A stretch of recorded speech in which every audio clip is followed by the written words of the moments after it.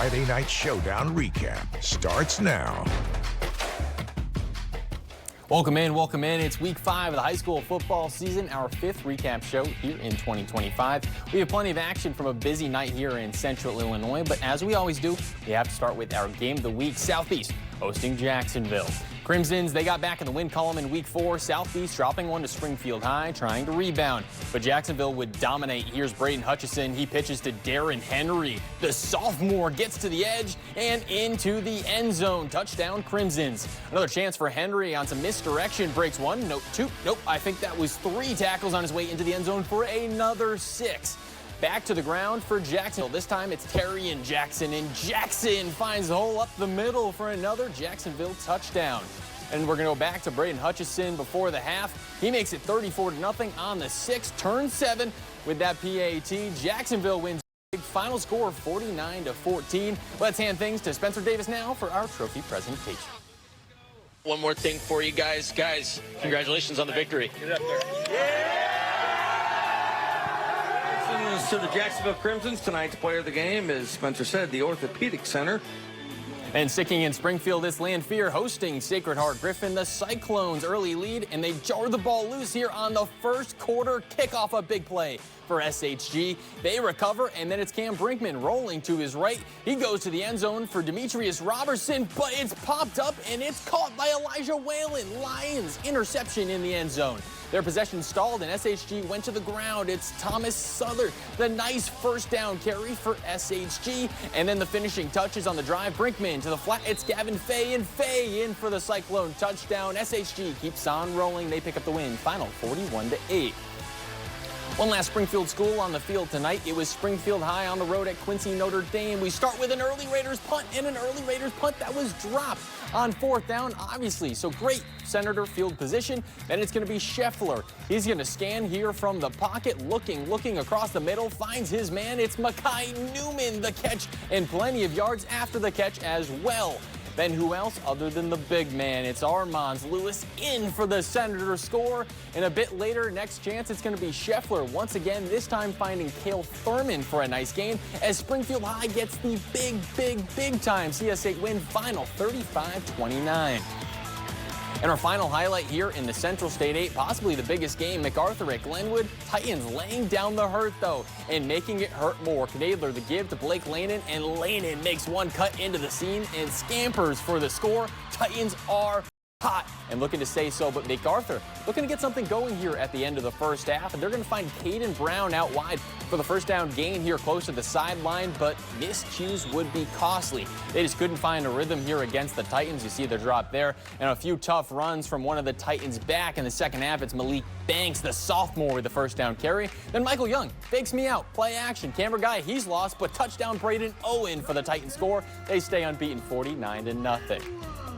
Now taking a look at the remaining Central State 8 finals that we weren't able to make it to this week. It's Rochester with a rebound statement W over a good U-High team. Monster 56-7 victory, while Lincoln, they grabbed their first win of the season over Eisenhower 33-20. And coming up after the break, we send things over to our Carson Gordy to discuss all of the action over on the Champaign side of things before we dive into some Sangamo Conference football.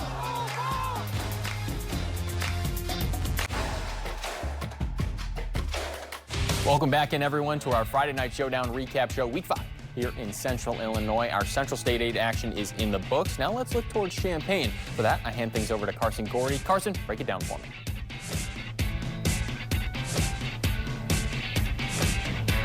Hey, Sammy, we got a lot of good football games over here, and I think one in particular, it felt like a de facto conference championship game in the Apollo Conference. Let's get right to the highlights.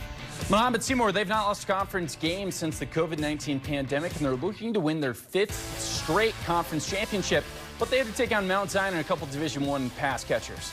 Mohammed Seymour down 14-0, but able to generate some offense, making it 14-10 at halftime. But then Mount Zion's offense took it to another level. Running back just taking a simple dive, he puts him on skates. 20-10, touchdown, 21-10. Then they just find J.C. Anderson. Now, J.C. Anderson, he's a 4-star recruit. He's committed to Ole Miss over Illinois. Deep shot, just a total size mismatch. I understand why Brett Bielema wanted J.C. Anderson in Champaign. 35-23, Mount Zion wins and ends Mohammed Seymour's perfect conference record. And now heading to the next game, Monticello taking on Bloomington Central Catholic.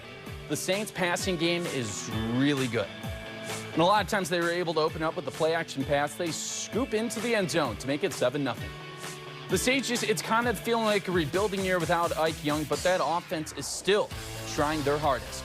Bennett Camper, the quarterback, finds nothing and just decides to scramble and gets a few yards. This ends up setting up a really good drive for the Monticello Sages. Bennett Kemper thinking about dishing it off to his running back in an option play, but he gets in and sets up a touchdown score.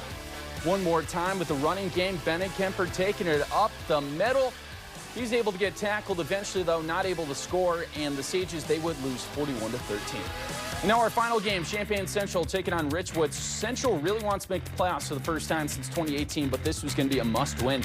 And this was a game of the trenches. You know, their defense really had to step up, and look at that play right there, taking down Richwood. They've had some shaky games this year. Gave up 51 points to Springfield. They lost another game, giving up 56 points. From this point on, though, Champaign Central did not try to throw the ball. They ran the ball with Zaire Aker, and that was good enough for a 17-14 victory. They're now 2-3. Now let's head over to some scoreboard action. I wasn't able to get to these games, unfortunately. St. Joseph Ogden, they beat Rantoul 49-14. They bounced back from that bad loss against Unity last week. Westville, still good as ever. They beat Oakwood 63-28. And finally, we had a really good game between two likely playoff programs, Tuscola and Paxton Buckley. Loda.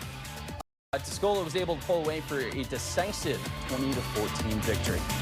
Thanks, Sammy, for watching. And this is getting the really exciting time with the playoff action. Who's going to get to that 5-win threshold? Who's trying to break it in for the first time in years? We're going to have plenty of good action next week as well. Back to you, Sammy.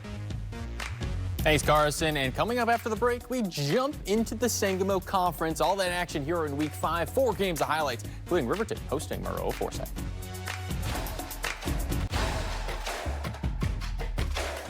We are back. Friday Night Showdown recap show. One more section of highlights to cover. One of the biggest conferences here in Central Illinois. It's the Sangamo. 4 games from the night, kicking things off over at Riverton. So it's going there at Riverton. Hawks hosting the Red Hot Trojans. Maroa starting things off, well, hot. It's their go-to guy, Ryan Shepard, with a pass finding Zach Smith, their other go-to guy in the end zone for 6. And why not another pass? And why not another pass to Smith? He'll walk it in, putting up Maroa 14-0. And if it isn't broke, don't fix it. I've said it before. Smith, he's going to have another touchdown right there by the corner, sneaking in for the score. Maroa will keep the momentum going. This time a pass here to Troy Pulliam, and he's going to run that one all the way down the field in for the Maroa 6. And, well, it's another incredible week for Maroa. Another week they seem to maybe not, sweat it all. Final 56-0. Pleasant Plains taking on Porta, the Blue Jays, for this Week 5 matchups here in the Sangamo. And after the Porta score on the kickoff, it's Hunter Morris. He sends a laser kick to the front of the line here. Pleasant Plains kick return bounces off the defender right back to Morris, who gets on the ball. Porta with the ball here in the second half. It's Hunter Sabo. Gets past the line into the backfield for the big sack. Then Porta, they would respond with a run up the middle here. It's Josh Carr, stumbles his way in and scores. And Pleasant Plains with the ball this time inside the 5, 4th down. And it's Lucas Kinney gets the QB draw up the middle, but they say no score. I could have sworn that one got in. Porta, they get the ball back. A kind of a weird play there. However, we have Porta going on to win this one 44-8. Sticking in conference, it's Auburn taking on Athens Warriors versus the Trojans. And the Warriors, they would get off to a nice hot start here with Gage Hahn his way through the defense, and he's going to be in for the Warriors 6 and a long one at that. And Gage Hahn, next drive, I like to say, if it ain't broke, don't fix it. We'll bring it back. Pulls his way through the defense for another Athens touchdown. And you won't believe it, but Athens, they're inside the red zone. They hand the ball off. Gage Hahn, again, gets into the score behind a few massive blocks as he gets that score. Athens, another win for them as they take down Auburn 41-7. Williamsville, they travel to Olympia for this Week 5 matchup. A big duel in the Sangamo, and it's going to be a pitch out here to Brendan Hardiman, who's going to make a strong run left side before he gets tackled out of bounds. In Williamsville, the ball, it's Jackson Sanders. Throw deep on the run. It's Caden Entwistle for the Williamsville score. Beautiful throw from Sanders. And Williamsville starting to take control. Handoff here. Matthew Miller up the middle, makes a move, and he's going to win the foot race. Bullets in for the score, and Bullets with the win 50-36. And final Sangamo score here to look at, it's New Berlin. They get back in the win column. They're up to 3-2. They take down Pittsfield on the road 27-14. And that's going to wrap it up for our highlights here on the night, but we aren't quite done here in our recap show. We still have little to look forward to as far as our Week 6 Game of the Week broadcast, as well as our plays of the night. Don't go anywhere. We'll be right back.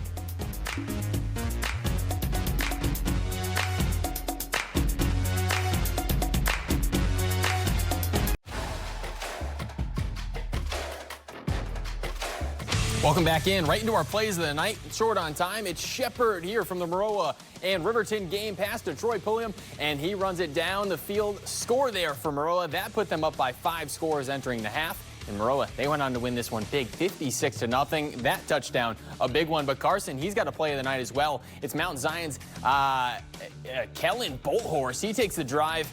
Outside, goes outside, beats a few Muhammad defenders, makes some guys miss, and he takes it to the house for 6 as the Braves. They go on to hold off the Bulldogs 35-23. And there will be a whole lot of blue in this matchup next week. Back over the Sangamo for our game of the week. It's Porta on the road against Auburn.